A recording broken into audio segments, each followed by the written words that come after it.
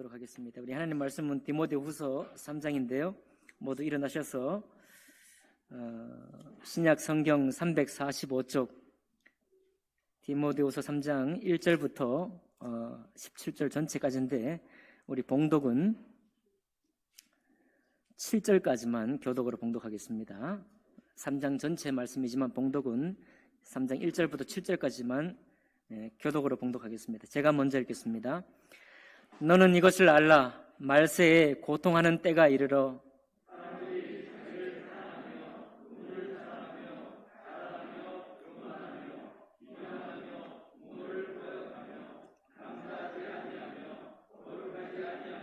무정하며 원통함을 풀지 아니하며 모함하며 절제하지 못하며 사나우며 선한 것을 좋아하지 아니하며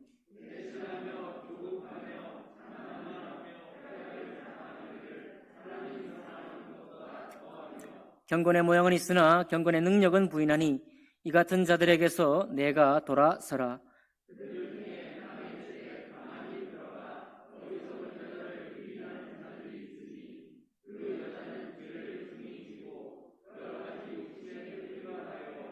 함께 읽습니다. 항상 배우나 끝내 진리의 지식에 이를 수 없느니라. 아멘. 말씀과 예배를 위해 기도합니다. 존귀하신 하나님 아버지, 주님께 하늘 문을 여시고 흙으로 지으신 또 하나님의 형상대로 지으신 우리 사람들에게 하나님의 놀라운 신성과 또 그 거룩한 그 뜻을 따라 이 말씀을 베풀어 주시니 감사드립니다. 저희들이 주님 앞에 거듭나서 하나님의 자녀 되었사오니 자녀된 행실과 본분을 따라 하나님의 뜻을 따라 살아가는 일이 우리에게 기쁨이 되고 즐거움이 되며 하나님 아버지 우리의 소망이 될 수 있도록 역사해 주옵소서. 그 나아가는 길에 오늘 이 말씀이 또 쓰임바 되어서 말씀으로 역사해 주시고 말씀을 성취하여 주셔서 우리 삶의 격려가 되고 도전이 되는 이 귀한 시간이 될 수 있도록 축복하여 주옵소서. 모든 예배 주님께 의탁할 때 귀하신 우리 주 예수 그리스도 이름으로 기도하옵나이다. 아멘. 자리에 앉으시겠습니다. 오늘 디모데후서 3장 전체를 본문으로 해서 우리 세대와 경건한 삶이라는 제목으로 하나님 말씀 나누겠습니다. 며칠 전에 신문을 보니까요, 우리 많은 사람들이 SNS를 사용하는데 옛날에 싸이월드부터 시작해가지고 페이스북, 지금 틱톡 여러 가지 있는데 신문 보도를 보니까 중국에서 나온 틱톡이 미국에서 주로 개발된 앱 페이스북이나 트위터 이런 것보다 거의 2배가량 앱을 다운로드 받은 횟수가 많다. 그 말은 사용자 수가 그만큼 많아졌다. 그런 이야기가 되겠습니다. 이런 차이가 왜 생겨났는가? 왜 싸이월드는 이제 정말 한창 우리 국민 정말 SNS가 되었다가 사라지고 페이스북으로 바뀌었고 페이스북은 다시 또 이렇게 힘을 잃고 틱톡이라는 여러분들 아마 사용하는 사람이 거의 없을 거예요. 저도 사용하지 않는데 어쨌든 틱톡이라는 이런 SNS로 또 넘어갈까? 그 신문에 분석한 결과는 뭐냐면 싸이월드도 역시 관계망이었죠. 우리가 아는 지인들끼리 이렇게 이제 모여서 서로 삶을 나누는 거였습니다. 근데 페이스북이 더 이제 왕성해졌는데 그 이유는 뭐냐면 아는 지인들이라는 제한된 관계가 아니라 완전히 개방된 관계였죠. 그래서 전 세계 누구라도 옛날에 오바마 대통령하고도 친구 맺었다고 막 하는 사람도 있었습니다. 누구라도 친구 맺을 수 있는 모든 관계망 자체가 폐쇄된 것이 아니라 완전히 오픈된 관계망이었기 때문에 우리가 굉장히 또 여기에 사용을 많이 했습니다. 근데 지금은 틱톡이라는 것이 세계 사람들이 많이 사용한대요. 분석의 내용이 결과가 뭐냐니까 페이스북 같은 경우는 여전히 관계망이에요. 관계, 아는 사람들 또 모르지만 관계 맺고 싶은 사람들 이렇게 관계망인데 틱톡은 관심사로 모인다는 거예요. 관심사. 이게 우리 시대의 변화입니다. 관계도 좋고 우리가 몰랐던 관계를 새롭게 맺는 것도 좋지만 나와 관심사를 공유하는 사람들과 또 어차피 온라인에서 만나는 거니까요. 그 틱톡을 통해서 관심사를 서로 공유하고 서로 나누는 기쁨. 그런 즐거움들을 공유하려고 하는 사람들이 많아졌다는 거예요. 이것이 여러분과 제가 살고 있는 이 시대의 또 특징 중에 하나입니다. 뭐 옛날에도 관심사끼리 모이는 게 없진 않았죠. 뭐 볼링 치는 사람 볼링으로 모이고 낚시 좋아하는 사람 낚시로 모이고 합니다. 그런데 이것이 시간이나 장소에 구애를 받지 않고 정말 자기들이 기뻐하는 일들 속에서 이렇게 모임을 만들어서, 그것도 역시 제한되지 않은 관계망을 속에서 그런 관심사로 모이는 그룹들이 많아지고 있다고 합니다. 여러분, 그러니까 교회라는 것은 하나의 공간과 시간적으로 제한된 장소잖아요. 근데 이 시간과 공간 안에 제한된 장소보다는 관심사가 같은 사람끼리 모여서 이야기하고 그 관심사가 있는 사람들이니까 더 많이 전문적이 되겠죠. 예를 들면 우리 자기가 사용하는 차라든지 어떤 사진기라든지 낚시라든지 그 각각 다양한 것들을 나누면서 굉장히 삶에 기쁨을 얻는다는 것입니다. 그러니 이것이 강하면 강할수록 이런 시간과 공간, 장소에 얽매이는 관계들 부담스러워할 수 있다는 거예요. 지금 시대가 그렇습니다. 또 우리 시대의 특징을 보면 자연주의적인 삶하고 여행이라는 것이 우리를 부르고 있어요. 이 자연주의적인 삶이라는 게 도시생활, 직장 생활을 떠나서 이 자기의 마음을 긴장을 풀 수 있고 정말 하나님이 창조하신 그 자연 세계를 통해서 새로운 그런 신선함을 만날 수 있기 때문이죠. 근데 사실은 이 자연적인 삶을 추구하는 것이 굉장히 놀라운 뜻이 있는데 사실 욥기를 통해서도 알 수 있어요. 욥은 하나님의 뜻을 따라 하나님의 정의를 따라 정말로 열심히 살았습니다. 누구보다도 오늘 말씀을 따라 거듭난 삶을 사는 사람들 중에 욥보다 더 하나님의 뜻을 위해서 살 사람이 있겠는가 할 정도로 욥은 정말로 하나님의 말씀을 따라 살았습니다. 조금도 죄를 짓지 않으려고 살았고 혹시 범죄했다면 그 범죄에 대해서 회개의 제사를 드렸던 사람이 욥이에요. 그런데 그렇게 살던 욥이 하나님으로부터 고난을 만나니까 그 고난 앞에서 많은 고심을 하게 됐어요. 왜 내가 이렇게 주님 앞에 반드시 살고 잘 살았는데도 불구하고 내 삶에 이런 어려움이 왔는가? 그 해답에 대한 답을 가질 수 없었습니다. 그런데 그 욥의 지혜와 하나님의 말씀을 따라 살고자 했다는 그 삶에 대해서 하나님이 깨우치는 방법이 있는데 그 깨우치는 방법이 또 자연이에요. 신기하지 않습니까? 세상의 모든 만물보다 더 뛰어난 탁월한 영적인 존재가 사람인데도 불구하고 이 사람이 자기 지혜와 자기 신앙에 갇히게 되면 하나님이 자연 만물을 통해 창조한 그 창조물을 통해서 오히려 거꾸로 우리를 깨우친다는 거예요. 악어라든지 사슴이라든지 아니면 타조라든지 말이라든지 욥기에 나오거든요. 내가 말의 그 힘줄을 얘기하면서 악어의 그 가죽을 하면서 내가 그들을 지을 때 네가 거기 있었는가 하면서 욥에 대해 반문합니다. 그러니까 말씀과 우리의 이성을 최대한 발휘해서 이 땅에서 올바르게 살고자 하지만은 우리가 때로 우리의 지혜에 사로잡히게 되면 하나님의 신성으로 창조한 만물이 보여주는 것보다 지혜가 부족할 수 있는 거예요. 그게 사람은 자기 지혜로 나가지만 어떻게 보면 우리가 자연에 가서 우리의 안식과 쉼만 찾는 것이 아니라 경탄할 만한 신성을 거기에서 발견하면서 우리의 자금, 사람의 자금까지 경험하는 거니까 사람들이 자연을 벗삼고 여행을 통해서 보지 못했던 우리의 경험치 속에는 없는 그런 놀라운 환경들을 바라보면서 오히려 영적인, 하나님과는 관계없지만 일반 사람들도 영적인 존재니까요, 영적인 어떤 쉼과 안식을 누릴 수 있는 곳이 바로 자연이라는 것입니다. 그러니까 보세요, 우리는 관심사가 우리를 지금 많이 초청하고 있고 이 놀라운 자연 속에서 우리를 깨우치는 그런 것들이 많이 우리 속에 있습니다. 그 부름이 우리 안에 있는 거예요. 혹간 이제 신앙생활 하다가 머리 복잡하고 이제 관계 속에 복잡하면 여행 가야 되겠다. 또 대자연 속에 한번 가야 되겠다. 그런 생각 우리도 하잖아요.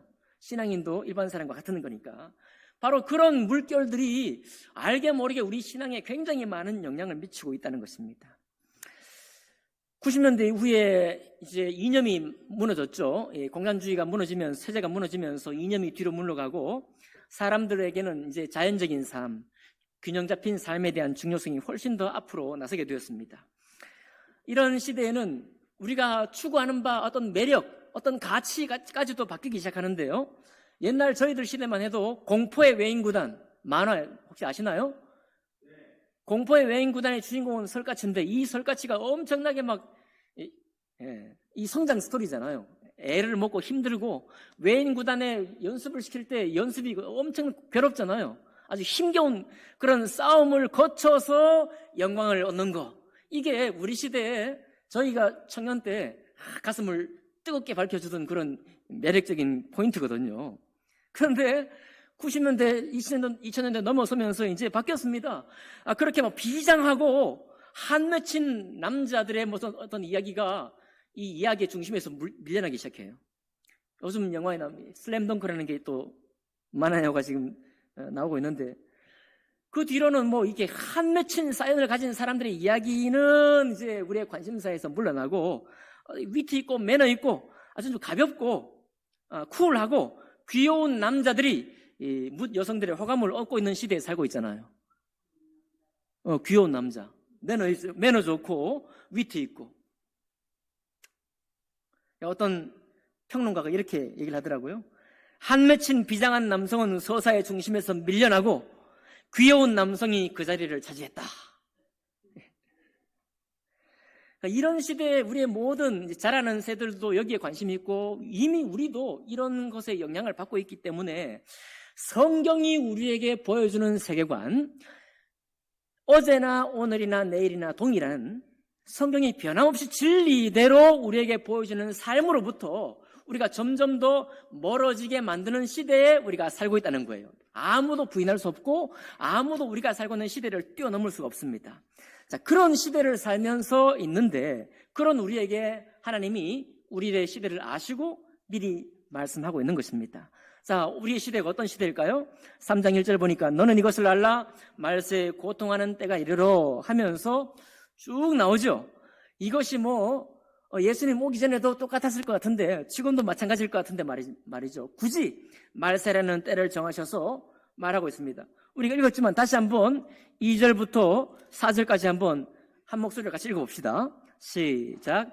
사람들이 자기를 사랑하며 돈을 사랑하며 자랑하며 교만하며 비방하며 부모를 거역하며 감사하지 아니하며 거룩하지 아니하며 무정하며 원통함을 풀지 아니하며 모함하며 절제하지 못하며 사나우며 선한 것을 좋아하지 아니하며 배신하며 조급하며 자만하며 쾌락을 사랑하기를 하나님 사랑하는 것보다 더하며 이렇게 나와 있습니다.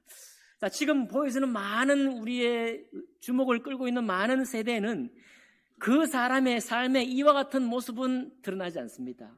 문제가 터질 때 뉴스에 보도가 돼요. 어떤 연예인이 이랬다더라. 그 뒷이야기예요. 그 뒷이야기는 한참 나중에 알게 됩니다. 그런데 실상 우리가 한 사람의 인격과 그의 가치를 따질 때 우리는 여기 적혀있는 이 사실들에 그가 얼마만큼 훈련이 되어 있고 얼마만큼 여기에 성장했는가가 일반적인 사람의 눈에서도 평가의 기준이 되거든요. 그런데 일반 미디어를 통해서는 이건 싹 빼고 이런 거 빼고 어떻게 매너 있게 하는가, 어떻게 매력적인 어떤 삶을 살아가는가, 그런 아름다운 모습들만 우리에게 잔뜩 제시해주고 있습니다. 물론 우리도 그런 것 취하기 원해요. 그러나 중요한 건 뭐냐면 한 사람의 가치는 바로 그렇게 보여지는 곳에 있지 않다는 겁니다. 여러분, 저는 지금 좀 전에 말씀드렸던 자연적인 삶, 그리고 우리의 관심사가 우리를 초청하는 삶, 그리고 좀 더 매너 있는 삶으로 우리를 부른다는 데 대해서 우리 모두가 다 어떤 응답을 하고 있다는 것을 부인하지 않습니다. 저도 점점 더 그런 삶을, 이전에 제가 몰랐던 삶을 얻기를 원해요. 저희 집에 고양이를 키우잖아요. 고양이 키우면서 좀 얻는 축복이 많습니다. 정말 많아요. 고양이 키웁니다. 키우고 싶지 않았지만 키웁니다. 키워보니까 왜 안 키웠을까 이런 생각이 들 정도로 은혜가 많아요. 왜 안 그러겠습니까? 여러분, 우리가 지금 살아가면서 만나는 모든 환경들을 우리가 그 환경들을 굳이 물리칠 필요는 없습니다. 하나님께서는 그런 것을 물리치라고 말하는 것이 아니라 그것과 상관없이 그것을 어찌하든지 어떻게 수용하든지 간에 3장 2절부터 4절까지에는 이 가치관들에 대해서 이 변함없는 사람의 가치를 높여주고 우리의 존재 가치를 평가받을 수 있는 이 일들에 대해서 네가 무슨 일을 하고 있느냐를 묻고 있는 거예요. 우리가 무슨 일을 하고 있느냐, 이 일이 우리 속에서 연단되고 우리 속에 성장하기 위해서 무슨 선택을 하고 있느냐를 주님은 묻고 있는 것입니다. 그래, 우리가 5절 보니까 정리해서 말할 때 오늘날 신앙, 당시의 초대교회에서도 이미 나타난 신앙인데 경건의 모양은 있으나 뭐예요? 경건의 능력은 5절에 부인하니 이 같은 자들에게서 내가 돌아서라 이거예요. 자, 경건의 모양은 있지만 경건의 능력이 없어요. 경건의 능력이라는 말은 그 밑에 쭉 설명이 되어 나옵니다. 간단하게 줄여 말씀드리면 경건의 능력이라는 것은 하나님의 거룩한 말씀을 우리 삶 속에, 나의 삶 속에, 나의 존재 속에 이루어가는 능력을 말합니다. 그것이 무슨 세상의 가치관 때문에 흔들리건 아니면 내가 어떤 것 때문에 내가 신앙적인 선택을 했다가 그것 때문에 내가 어떤 피해를 받았는데 그 피해를 끌어안고 신앙적인 선택을 하든지 간에 어떤 모양을 취하든지 간에 하나님 말씀이 내 속에 어떻게 이루어졌느냐, 하나님 말씀을 이루는 것 자체가 경건의 능력이에요. 반대자들, 내가 신앙을 선택했을 때 그 신앙 선택을 하지 못하도록 자꾸만 주저앉히는 사람들의 반대에도 불구하고 그것을 무릅쓰고 돌파해낼 수 있는 사람, 바로 그 사람이 경건의 능력을 가진 사람이라 이 말입니다. 그 능력이 있느냐라고 말하는 거예요. 그런데요, 앞에서 세상의 가치관이 우리에게 보여주는 것 좋은 가치입니다. 여러분 경험해보면 그게 왜 좋은지, 세상이 왜 그것을 정말 여러 방송을 통해서 자꾸만 이렇게 우리에게 제시해 주는지 이유를 알 수 있습니다. 방송이 거짓된 것을 말하는 게 아니에요. 그거 전부 다 우리가 살았던 이전 시대에, 이전 세대들이 누리지 못했던 것을 우리가 사는 세대에 누릴 수 있도록 열린 거예요. 당연히 우리 이 땅에서부터 그런 요청이 올라온 것이고 그건 바로 우리의 요청이기도 한 것입니다. 그러나 그 요청에 우리가 끌려가다 보면 신앙적인 선택을 하지를 못해요. 오히려 공간과 장소가 제한되어서 이제 이렇게 모여서 관심사도 안 맞고 말이죠. 내가 어디 자연적인 어떤 걸 가려고 하는데 하나님 목사님이 또 무슨 교회 무슨 행사를 만들어가지고 못 가게 하고 말이에요. 이런 어려움과 이런 곤란들을 내가 무릅쓸 것이냐 이거예요. 내가 무릅쓰면서도 곧 신앙적인 선택을 내가 지키면서도 세상에서 내가 얻을 수 있는 것을 다 얻으면서도 여전히 내가 믿음의 경주를 계속할 그런 마음이 있느냐 이겁니다. 그게 바로 경건의 능력을 사모하는 사람의 말이에요. 그러나 그렇지 않고 세상이 제공해주는, 세상이 보여주는 가치관을 붙들고 나가게 된다면 별 수 없습니다. 그 사람은 경건의 모양밖에 갖출 수 없어요. 왜 그렇습니까? 말씀을 따라 수고할 수 있는 마음이 없기 때문이에요. 말씀을 따라 수고할 수 있는 마음이 없는데 어떻게 경건의 능력이, 파워가 우리 삶 속에 있을 수 있느냐 이런 얘기입니다. 6절에 나와 있죠. 그들 중에 남의 집에 가만히 들어가 어리석은 여자를 유인하는 자들이 있으니 그 여자는 죄를 중히 지고 여러 가지 욕심에 끌림 받으요. 여러 욕심에, 세상의 욕심에, 내가 원하는 욕심에, 나의 이전 삶에 30대 때 누리지 못했던 거 40대 때 누리고 싶은 마음이 우리에게 있잖아요. 여러분 될 수 있는데 누리시기 바랍니다. 여러분 저를 아시죠 이제? 제가 여러분 누리는 거 누리지 말라고 한 적이 있나요? 제가 여행 좋아한다고 너무 말씀드렸잖아요. 그죠? 5성급 호텔에 저를 또 보내달라고 저를 얘기했잖아요. 제가 항상. 누리는 건 누리는 겁니다. 그런데 누리는 것 때문에, 누리는 약속 때문에, 관심사가 맞는 친구들의 약속 때문에 하나님 앞에 내가 드리고 내가 헌신할 시간 자체가 내 마음에 없으면 어떻게 됩니까? 여러 가지 욕심에, 여러 가지 시대가 원하고 내 친구가 원하고 나의 관심사가 나를 이끄는 곳으로 끌림 바 되니 7절에 어떻게 말합니까? 뼈아픈 얘기를 하고 있는 거예요. 항상 배우나 끝내 진리의 지식에 이를 수가 없느니라. 항상 말씀을 듣지만 진리의 지식에 이를 수 없습니다. 여기 지식은 뭘 말하는 거예요, 여러분? 그냥 뭐 아는 걸 말합니까? 듣고 지나면 풍어를 말하나요? 안 그렇습니다. 남자가 여자를 알듯이 아는 걸 말하는 거예요. 모든 것을 아는 겁니다. 속속들이. 하나님 말씀에 왜 이런 말씀을 했으며 이 말씀을 이루기까지 어떤 아픔이 있는지, 예수 그리스도는 어떻게 십자가를 지며 그 길을 걸어갔는지, 사도 바울은 오늘도 왜 이렇게 우리에게 강건하고 시대에 어울리지도 않는 말, 하드한 이야기, 막 소프트한 이야기 안 주고 말이야. 소프트한 이야기 막 좀 부드러운 이야기 안 주고 이렇게 거칠고 때로는 광야로 우리를 내모는 것 같은 말씀으로 우리를 자꾸만 공략하고 있느냐? 왜 그런가요? 하나님의 말씀이 우리를 파송하는 지역은 항상 광야 같은 땅입니다. 그 광야 같은 땅은 여러분 직장도 여전히 광야 같은 땅이에요. 왜 그렇습니까? 말씀의 가치를 가지지 않고 직장에 나가면 거기는 광야가 아니에요. 거기는 내가 하는 대로 그냥 하는 겁니다. 하지만 말씀의 가치를 가지고 직장에 나가면 그 직장은 광야입니다.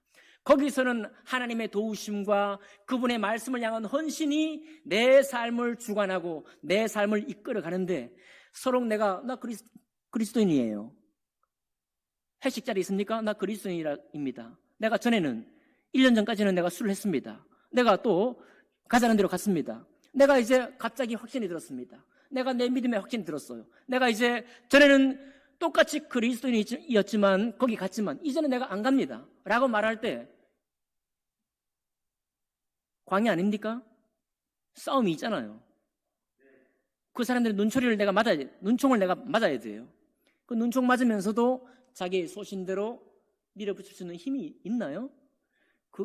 그게 작은 경건의 능력입니다. 경건의 능력이 그런 선택을 통해 발휘돼요.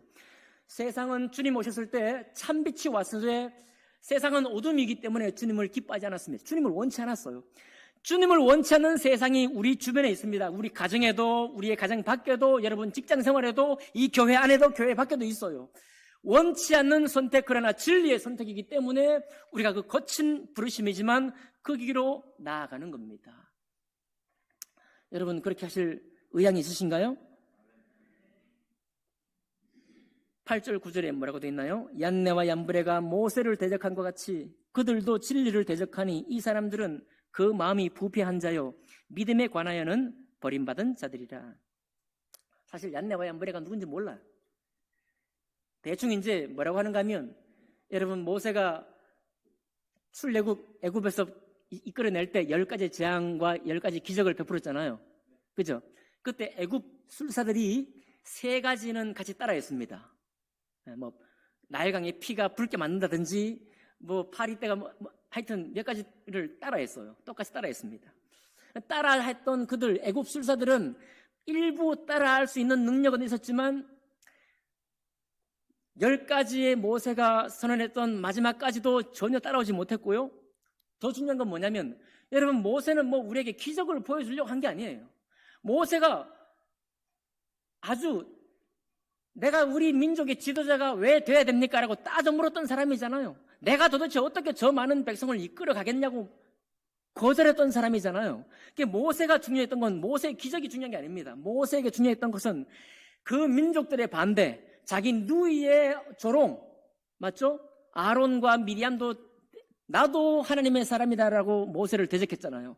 그리고 250명 이상 되는 고라와 자손들, 그 자손들이 모세를 대적했잖아요. 그런 수많은 대적들을 이미 시작할 때부터 알고 있는 겁니다. 내가 왜 저런 싸움을 싸워야 되나 말이에요. 내가 인생의 낙을 누리고 내 인생에 정말 성취를 하면 될 텐데 내가 왜 마치 정치처럼요, 허사가 다 허사가 될 수도 있는 저 일에 내가 왜 뛰어들어야 됩니까? 라고 모세가 항변했지만 하나님의 부르심을 그가 받았어요. 그 말씀을 이루기 위한 고난을 모세는 선택한 것이고 그 말씀을 격려하시기 위해서 주님의 기적을 베풀어 주신 것입니다. 그러니 초점은 기적이 아니라 모세는 경건의 능력을 취했다는 거예요. 아멘입니까? 경건의 능력, 하나님과 함께 동행하는 삶이 어떤 삶인지를 맛보기를 원했고 내가 바로 그 문제의 중심에 서 있기를 원했기 때문에 모세가 그 선택을 했습니다. 그리고 하나님과 동행했고 어때요? 하나님이 평가하시잖아요. 모세와는 내가 얼굴과 얼굴을 대면한 것처럼, 물론 모세는 하나님의 지나가는 등만 봤지만 얼굴을 대면한 것처럼 그렇게 가까이에서 모세와 함께 했던 은혜를 모세가 입은 것입니다. 그런 삶을 살기로 작정하면서 우리가 선택한다는 겁니다. 여러분, 그러니까 우리의 신앙적인 선택이, 작은 선택도 얼마나 좋습니까? 예배 선택 얼마나 귀해요? 그죠? 우리 음향실 이런 선택 얼마나 중요합니까? 선택할 때요, 제가 늘 말씀드립니다. 선택은요, 믿음의 선택은 1년치입니다. 1년치. 항상. 요즘 분위기가 1년치 선택해야 되는데, 내가 좀 어려우면 대타를 시키지. 대타. 물론 여러분, 대타 맡았다가 거기서 자기 은사를 깨닫고 그 사람이 정말 새로운 사람이 될 수도 있습니다. 그러나 그건 정말 어쩔 수 없는 경우예요. 믿음에 무슨 대타가 있습니까? 대타 세우지 말고 그냥 우리가 찬양 밴드에 여러분 헌신했습니까? 청소에 헌신했습니까? 아니면 선교 헌금에 헌신했습니까? 11조에 작정을 했습니까? 그 작정을 하는 순간 여러분 건강을 위해서 단식 한번 해보셨죠? 건강을 위해서 단식 안 해봤어요? 단식하기로 결정하자마자 먹을 일 있어요, 없어요? 진짜 그냥 나쁜 사람이 주변에 있습니다.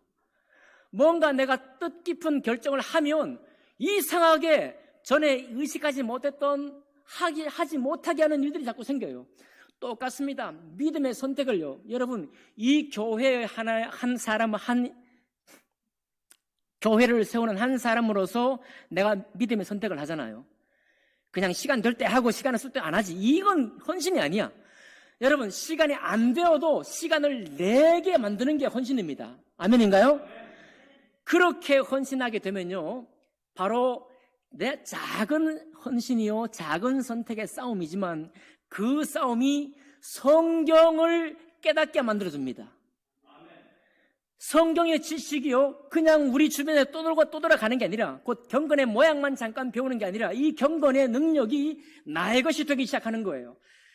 그 작은 선택임에도 불구하고 믿음의 문이 열립니다. 그 작은 선택에도 불구하고 하나님 말씀을 대하는 자세가 달라져요.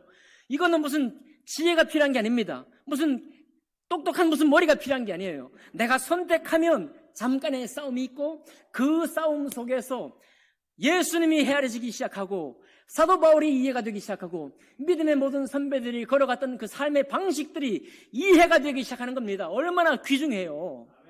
얼마나 소중합니까? 그 사도 바울이 지금 말하고 있는 거예요. 여러분과 제가 믿음의 선택을 했을 때 어떤 축복이 있느냐? 축복을 한번 읊어볼까요? 10절, 11절 한번 읽어봅시다. 10절, 11절 시작. 나의 교훈과 행실과 의향과 믿음과 오래 참음과 사랑과 인내와 박해를 받음과 고난과 또한 안디옥과 이고니온과 루스드라에서 당한 일과 어떠한 박해를 받은 것을 내가 과연 보고 알았거니와 주께서 이 모든 것 가운데서 나를 건지셨느니라. 누가? 주께서 누구를요? 나를, 믿음의 선택을 한 나를, 경건의 능력을 선택한 나를 뭐하여? 건져내신다는 겁니다. 그러니까 여기 10절 11절 보니까 좀 소프트하지 않고 하드하죠? 교훈과 행실과 의향과 믿음과 오래 참음과 사랑과 인내, 그리고 박해를 받아 이고니온과 루스드라에서 사도 바울이 돌에 맞아서 거의 죽을 뻔했거든요. 예? 저를 보세요. 돌에 맞아 거의 죽을 뻔했어요. 그런 사망의 그늘 가운데 빠져 있을 때조차도 주님께서, 나의 주님께서, 이정식 목사가 아니라 누구 집사가 아니라 오로지 나의 주님께서 내 곁에서 나를 격려하시고 나를 붙드시고 그 상황 가운데서 나를 건져내시니 나는 누구로부터 일컬음 받는 사람이냐? 나는 주님의 이름으로 일컬음을 받는 사람이 되는 겁니다. 바로 그 믿음의 초청을 주님이 하고 있는 거예요. 그 이전 2000년 전부터 지금 오늘날 우리의 자연이 우리를 부르고 있고 관심사가 우리를 부르고 있고 또 내내좋은 어떤 사람의 태도가 우리를 부르고 있는 이 시절에 변함없이 주님이 우리를 향해서 말씀을 하고 있는 것입니다. 12절의 원리를 정리해요. 무릇 그리스도 예수 안에서 경건하게 살고자 하는 자는 뭘 받으리라? 박해를 받으리라. 박해를 받지만 그 박해에서부터 건지는 사람은 누구예요? 주님께서 나를 건지실 것이다 이거예요. 지금 또 영화 얘기 지난주에 걸쳐서 뮤지컬 영화가 아니라 뮤지컬 영웅, 말씀드렸죠. 안중근 의사는 참 생에 열심을 다해 살았습니다. 근데 열심을 다해 살았지만 안중근의 집안은 쑥대밭이 됐습니다. 어머니는 칼로 폐를 찌르듯이 아픔을 겪었고, 아내도 마찬가지고. 그러나 더 뼈아픈 것은 안중근의 아들 안준생입니다. 안준생은 안중근의 아들이에요. 눈 떠보니 아버지가 독립투사야. 눈 떠보니 아버지가 집에 없어. 눈 떠보니 살다 보니 일본에 쫓겨. 이토 히로부미를 저격했다고 하지만 취업할 수 있겠어요? 아버지가 그런 삶을 살았는데 일제 때 취업이 되겠습니까? 먹고 사는 것도 어렵고 누군가로부터는 손가락질 받았을 것이고, 어디 가면 저 안중근의 아들. 결국은 안준생은 아버지의 삶을 거절하고 아버지를 거의 저주하다시피 해서 오히려 친일의 길을 걸었습니다. 수많은 1세대 목사님들이 말씀과 교회를 세우느라 헌신해 하시다가 가족을 돌아보지 못했어요. 저는 양반이에요. 저는 가족을 너무 잘 돌보는 것 같아요. 미안해요. 죄송합니다. 1세대 우리 목사님들은 정말 부르심이 너무 강력해가지고 가족을 돌아보지 못했습니다. 그 돌아보지 못했던 죄업 때문에 아들들이 삐딱선을 타고 아들들이 몸된 교회에 머물지 않고 사역자로 헌신되지 않는 사람들도 얼마나 많은지 모릅니다. 안타깝지만 그러나 그분들 모든 자제분들에게 하나님의 은혜가 있기를 바랍니다. 돌이킴의 은혜가 있기를 바랍니다. 그러나 이런 것들을 있을 수도 있다는 거예요. 이런 어려움도 있을 수 있다는 겁니다. 왜 내가 주님의 일에 헌신하면 모든 것을 다 잘 되게 해주셔야 되는데, 그게 아니라 내가 헌신한 것 때문에 그것이 오히려 하나의 씨가 되어가지고, 악한 씨가 되어가지고 내 눈에 넣어도 아깝지 않은 자녀에게로부터 배척을 받게 되는, 마치 압살롬이 다윗을 배척하듯이 그런 괴로움을 겪게 되느냐? 그럴 수 있다는 겁니다. 그러나 여러분, 우리 마음을 좀 담대히 가질 수 있기를 바랍니다. 예쁘고 매너 좋고 아름답고 좋은 것 좋지만은 그게 다가 아니에요. 대장부의 가슴을 품어야 됩니다. 여러분, 성경은 자매나 형제나 모두에게 장부의 마음을 품으라고 그랬어요. 성경 말씀을 우리가 붙들고자 하면 장부의 마음이 없이는 어떻게 품을 수가 없습니다. 맞나요?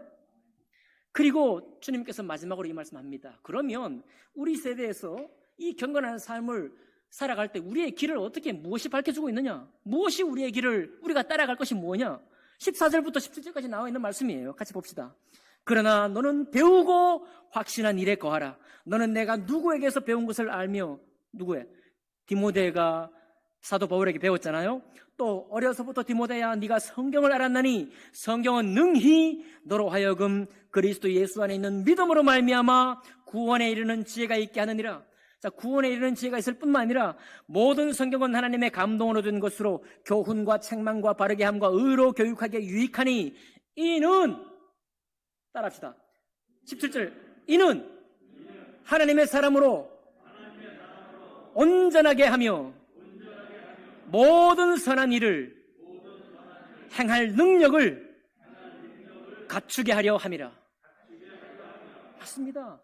성경이 왜 우리에게 있느냐? 그냥 이래도 흥 저래도 흥, 자연이 부르면 자연으로 가고, 관심사가 부르면 관심사로 가고, 예쁘고 매너 좋은 사람 부르면 그리고 하고, 이렇게 왔다 갔다 살다가 도대체 인생이 뭐냐 하고, 이런 생각 속에 빠지라고 있는 게 아닙니다.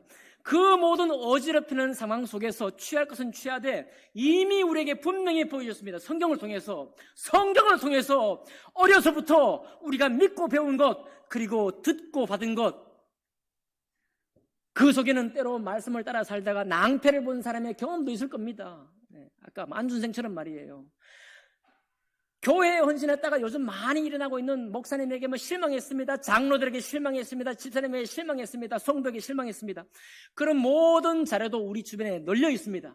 다 널려 있어요. 그러나 그 모든 것 때문에 우리가 이 부정적인 기준들 때문에 하나님이 우리에게 진리로 약속하신 이 언약을 배신하고 언약을 떠나 다른 선택을 한다면 그는 경건의 모양만 갖게 될 것이요 경건의 능력이 없는 자가 되고 만다는 겁니다. 왜 우리가 그런 길로 가겠습니까? 이 사실이 분명한데 주님이 분명히 보여주셨고 사도 바울이 우리에게 분명히 제시했고 모든 믿음의 선배들이 우리에게 가르쳐 보였거늘 우리가 왜 이 세대를 따라 놀아납니까? 우리가 왜 이 세대를 따라 흘러가게 되겠어요? 여러분, 이 세대를 따라 흘러가는 사람이 되는 것이 아니라 세대를 타고 가는 사람이 되는 거예요.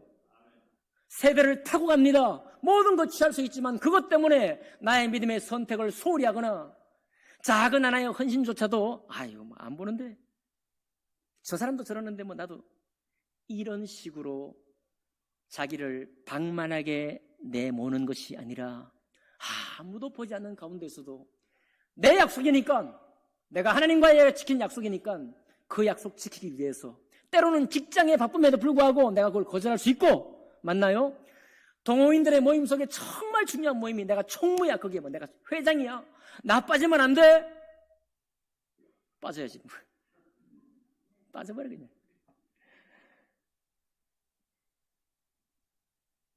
내가 어떤 부름받은 사람인 것을 미리 그 사람들에게 알게 하십시오. 내가 누구인지 내가 누구의 이름으로 일컬음 받는 사람인지 그들로 하여금 알게 하시라 이 말입니다. 저 사람은 어떤 선택을 할 때 항상 첫 번째 순위는 주님의 일이더라. 여러분 6개월도 필요 없습니다. 몇 달도 필요 없어요. 딱 보여주면 몇 달 안 갑니다. 그리고 이미 그들이 나에게 적응하기 시작해요. 할렐루야. 그들이 나를 존중해서 적응하기 시작한다니까요. 왜 내가 지금까지도 적응하고 앞으로도 이 나이가 돼가지고 이 나이 먹도록 여전히 적응만 하려고 하는 그런 삶을 사는 이 말입니다. 이유가 없어요. 이는 하나님의 사람으로 온전하게 하며 모든 선한 일을 행할 능력을 갖추게 하려 함이라. 시간을 몸된 교회에 들으시기 바랍니다. 헌금을 들으시길 바라요. 여러분 교회 섬김과 봉사의 직분을 선택하시기 바랍니다. 제가 다음 주까지 교회에 필요한 봉사의 일, 헌신의 일을 좀 정리해 드리겠습니다. 여러분도 한번 생각해 보십시오. 지금까지 필요했는데 항상 임기응변으로만 대처했다. 이제는 좀 체계적으로 해야 되겠다. 그런 생각하시면서 내가 섬길 일이 무엇인가를 작정해 보시기 바랍니다. 세상에 보면 아무 일도 아닌 것 같아요. 그러나 여러분 속지 마세요.